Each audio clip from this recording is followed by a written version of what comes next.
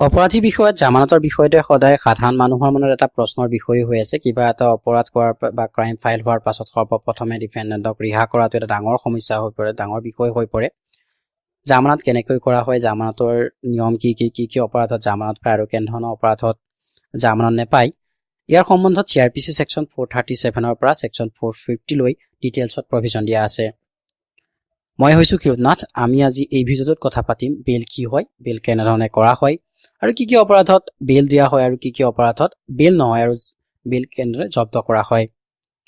জামানতৰ বিষয়টো জনাৰ আগতে আমি এইটো জনাৰ প্ৰয়োজন যে বেলেবল অফেন্স আৰু নন বেলেবল অফেন্স কি হয়, কেনেধৰণৰ অপৰাধক বেলেবল অফেন্স বুলি কোৱা হয় আৰু কেনেধৰণৰ অপৰাধক নন বেলেবল অফেন্স বুলি কোৱা হয়।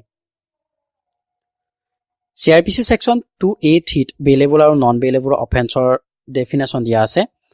বেলেবল অফেন্স হৈছে সেইবিলাক অফেন্স যিবোৰ অফেন্স CRPC ফাৰ্ষ্ট শিডিউলত বেলেবল অফেন্স হিচাপে দিছে বা অন্য কোনো আইনৰ জৰিয়তে সেই অপৰাধবিলাকক বেলেবল অফেন্স হিচাপে বনোৱা হৈছে। ঠিক আছে, তেন্তে আমি চাওঁ আহক বেলেবল অফেন্সত বেল কেনেধৰণে পোৱা যায়। বেলেবল অফেন্সত ডিফেণ্ডেণ্টক অপৰাধীক পুলিচে বিনা ৱাৰেণ্টত এৰেষ্ট কৰিব পাৰে বা কোৰ্টত হাজিৰ কৰিব পাৰে বা পুলিচ অফিচাৰে ধৰি আনে। যদি তেওঁ বেল ল'ব খোজে তেন্তে তেওঁক বেলত এৰি দিয়া হয়। কোনো ব্যক্তিক যদি বেলেবল অফেন্সত গ্ৰেপ্তাৰ কৰিছে আৰু যদি এক সপ্তাহৰ ভিতৰত তেওঁ নিজৰ বেল ল'বৰ বাবে অসমৰ্থ হৈছে তেন্তে কোৰ্টে তেওঁক এৰি দিয়ে। সেকশন 436। বেলেবল অফেন্সত এজন অপৰাধীক জেলত কিমান দিন ধৰি ৰাখিব পাৰে। কোনো অপৰাধীক জেলত যদি বন্ধ আছে, যি অপৰাধত তেওঁক জেললৈ পঠোৱা হৈছে সেই অপৰাধটোৰ অধিকতম শাস্তিৰ আধা শাস্তি ভোগ কৰাৰ পাছত কোৰ্টে এনেকুৱা অপৰাধীক বেলত এৰি দিয়ে। যদি প্লেইনথিফে বিচাৰে তেন্তে অপৰাধীক এনেদৰে এৰাৰ বিৰোধিতা কৰিব পাৰে। কোনো অপৰাধৰ কাৰণে অধিকতম শাস্তিৰ ওপৰত জেলত ৰাখিব নোৱাৰে। ধৰি লওক যদি কোনো অপৰাধীয়ে এনেকুৱা এটা অপৰাধ কৰিছে যিটো অপৰাধৰ কাৰণে তাক 5 বছৰ শাস্তি পাব লগা আছে, তেন্তে তেওঁ 5 বছৰতকৈ বেছি জেলত ৰাখিব নোৱাৰিব। CRPC section 436A। Non bailable অফেন্সত বেল কেনেদৰে কৰা হয়। যদি কোনো ব্যক্তিয়ে নন বেলেবল অফেন্স কৰিছে আৰু যদি তেওঁ পুলিচ অফিচাৰে বিনা ৱাৰেণ্টত ধৰি আনিছে আৰু কোৰ্টত হাজিৰ কৰিছে বা কোৰ্টত ব্যক্তিজনে নিজে হাজিৰ হৈছে, তেতিয়া মেজিষ্ট্ৰেটে এনেকুৱা অপৰাধীক বেলত এৰি দিব পাৰে। কিন্তু ইয়াৰ কিছুমান চৰ্ত আছে। ইয়াৰ চৰ্তবিলাক এনেধৰণৰ যে অপৰাধীজনে যিটো অপৰাধ কৰিছে সেই অপৰাধটোৰ বাবে তেওঁ শাস্তি ফাঁচি হ'ব নালাগিব আৰু যিটো অপৰাধ কৰিছে তাৰ শাস্তি আজীৱন কাৰাবাস হ'ব নালাগিব আৰু তেওঁ প্ৰথমে পৰা কোনো দোষত দোষী হ'ব নালাগিব বা অপৰাধীজন মহিলা হ'ব লাগিব বা অপৰাধীজন কোনো বেমাৰী অসুখীয়া ব্যক্তি হ'ব লাগিব। যদি এই সকলোবোৰ চৰ্ত আছে তেন্তে তেওঁক বেলত এৰি দিব পাৰিব। CRPC section 437। যদি ডিষ্ট্ৰিক্ট কোৰ্টে জামানত বা বেল নিদিয়ে তেন্তে কি কৰিব।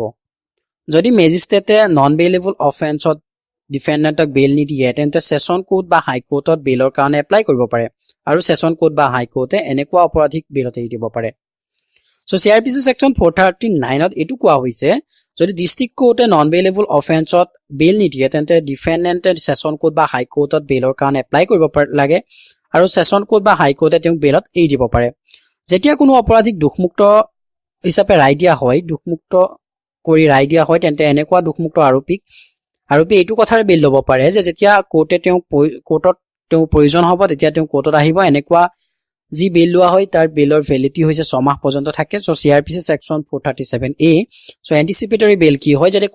যদি কোনো ব্যক্তিৰ প্ৰথমে পৰা ভয় থাকে যে তেওঁ কোনো নন বেলেবল অফেন্সত গ্ৰেপ্তাৰ কৰিব পাৰে তেন্তে এনেকুৱা ব্যক্তিয়ে সেশন কোৰ্টত বা হাইকোৰ্টত এখন এপ্লিকেশ্যন দিব পাৰে আৰু ন্যায়ালয়ে এনেকুৱা ব্যক্তিক এন্টিচিপেটৰী বেল দি দিব পাৰে। CRPC সেকশন 438ত এইটো কোৱা হৈছে যেতিয়া কোনো ব্যক্তিয়ে নন বেলেবল অফেন্সত গ্ৰেপ্তাৰ হোৱাৰ ভয় থাকে তেন্তে তেওঁ সেশন কোৰ্ট বা হাইকোৰ্টত বেলৰ কাৰণে এখন এপ্লিকেশ্যন দিব লাগে আৰু সেশন কোৰ্ট বা হাইকোৰ্টে তেওঁক এন্টিচিপেটৰী বেল দি দিয়ে। যেতিয়া কোনো ব্যক্তিৰ এন্টিচিপেটৰী বেল মঞ্জুৰ কৰি লয় আৰু আৰোপীৰ জৰিয়তে বেল জমা কৰা হয় তেতিয়া কোৰ্টে তেওঁক এৰি দিবৰ বাবে জেলাৰক আদেশ দিয়ে আৰু আদেশ পালনত ডিফেণ্ডেণ্টক এৰি দিয়ে। সেকশন 442। যিকোনো জামানতদাৰে যিজনে কোনো অপৰাধীক জামানত দিছে যদি তেওঁ জামানতৰ স্থগিত কৰিবৰ বাবে মেজিষ্ট্ৰেটক এখন আবেদন প্ৰদান কৰে তেন্তে এই আবেদন মানি ল'ব আৰু এনে অৱস্থাত মেজিষ্ট্ৰেটে অপৰাধীক পুনৰ জামানত ল'বৰ বাবে আদেশ দিব আৰু যদি আৰোপীজনে জামানত ল'ব নোৱাৰে তেন্তে আৰোপীক জেলত থোৱাৰ আদেশ দিব। সেকশন 442।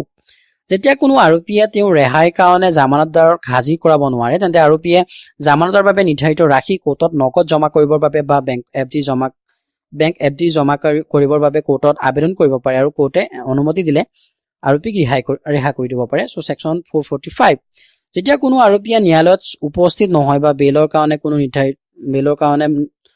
কাৰণে নিৰ্ধাৰিত কৰি দিয়া যিবিলাক নিয়ম আছে সেইবিলাক উলংঘন কৰে তেন্তে কোৰ্টে আৰোপীক তেওঁ অপৰাধৰ বাবে যিটো বেইল লৈছে সেই বেইলটো জব্দ কৰিব পাৰে। Section 446 and section 446A। ইয়াৰ উপৰিও বেইলৰ ওপৰত বহুবিলাক ছেকশ্যন চিআৰপিচিত দিয়া আছে। তাৰে প্ৰথমটো হৈছে জামানতৰ ৰাশি কম কৰা ছেকশ্যন 440, জামানত দ্বাৰা ঘোষণা ছেকশ্যন 441A, জামানতদাৰৰ মৃত্যু বা দেউলীয়া হোৱা ছেকশ্যন 447, ছেকশ্যন 446 আপিল ছেকশ্যন 449 আছে জামানতৰ বাবে নিৰ্ধাৰিত ৰাশিৰ মাচুল বসুল কৰা ছেকশ্যন 450। আজি আমি এই ভিডিঅ'টোত গম পালো যে জামানত কি হয়, জামানত কেনেধৰণৰ লোৱা হয় বা কোন ধৰণৰ বিষয় জামানত ল'ব নোৱাৰি। যদি ভিডিঅ'টো ভাল লাগে লাইক শ্বেয়াৰ এনেধৰণৰ ভিডিঅ' পাই থাকিবলৈ ছাবস্ক্ৰাইব কৰিব আৰু ধাৰ্মিক কাষত থকা ঘণ্টা বাটনটো দবাই দিব যাতে সকলো ধৰণৰ নটিফিকেশ্যন আপোনালোকে